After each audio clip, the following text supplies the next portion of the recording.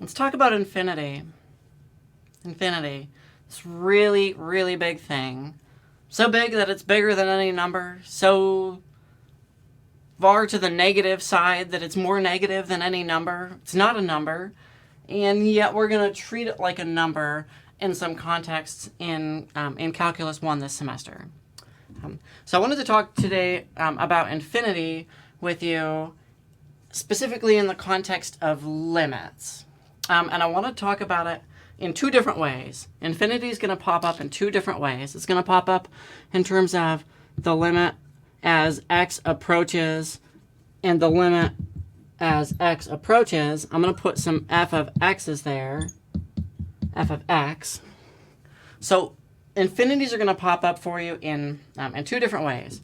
So on one hand, you may see them pop up down in the limits, like in where x is going. So then infinity is showing up in terms of the direction, the trajectory of x. But on the other hand, we might have a statement that says that this thing is equal to infinity. That the limit is x approaches a of f of x is equal to infinity. And I wanted to explain the difference between these two things. So first let's talk about this one, because this is the one that we've already seen so far. So I'm going to rewrite it and draw a picture instead of that little thing. So in some cases, we have a function that it's doing whatever it's doing, and then it's going crazy high, and it's just getting bigger and bigger and bigger. And on the other side, it's doing its thing, and it's doing its thing.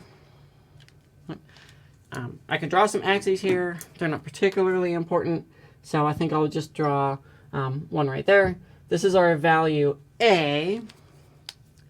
So there's no function value that this thing is going to. It's not going to some particular number. It's going to infinity. It's getting bigger and bigger and bigger. So in this picture right here, it is right to say that the limit as x approaches a of f of x is equal to infinity. That's what that picture looks like. But infinity is going to show up in another context, right? So in this particular case, it's like these are the function values that infinity is showing up in. All right, here's the other one. Sometimes we're going to write the limit as x approaches infinity of f of x. So on one hand, we have infinity living down here in x space. And on the other hand, we have infinity showing up here in terms of function space. Here, infinity is output value for a function. Here, infinity is an input value for the function. We can't really evaluate f at infinity. We can abuse some notation and play some hand-wavy games and do some stuff that we'll talk about later. But they're really different. So what are we talking about when we have the limit as x goes to infinity of f of x? Let me draw a picture for you. So here's a function.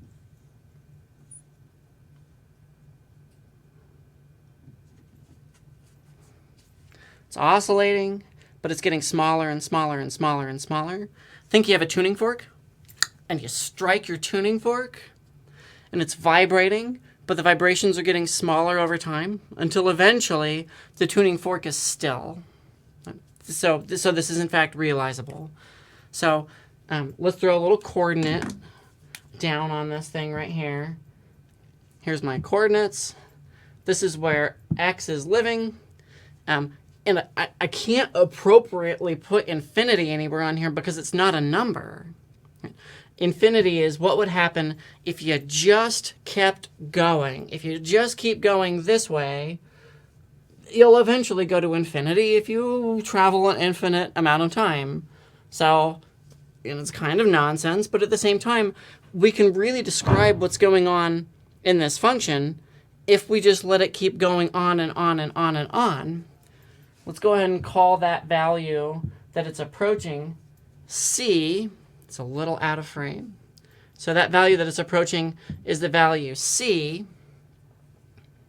And so in this case, where it's vibrating, but it's getting smaller and smaller, and it's approaching some particular concrete number, it would be appropriate to write that that thing is equal to c. So infinity is popping up. Infinity's popping up. Down here in x space, what happens if x just keeps getting to the right, to the right, to the right, to the right? And this one here is showing up in output space. If we're getting closer and closer to a, the function values are getting bigger and bigger and bigger.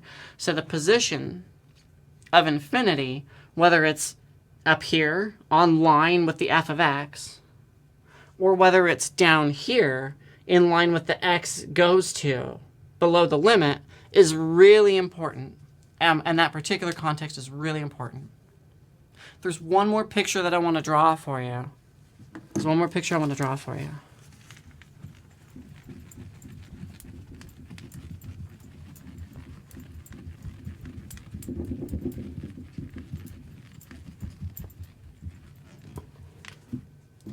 What about a function like the exponential function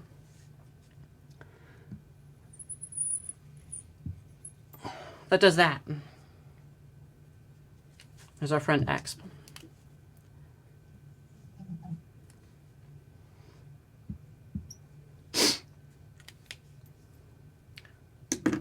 So x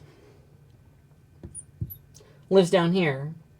And if we just keep letting x go further and further to the right, it'll go toward infinity.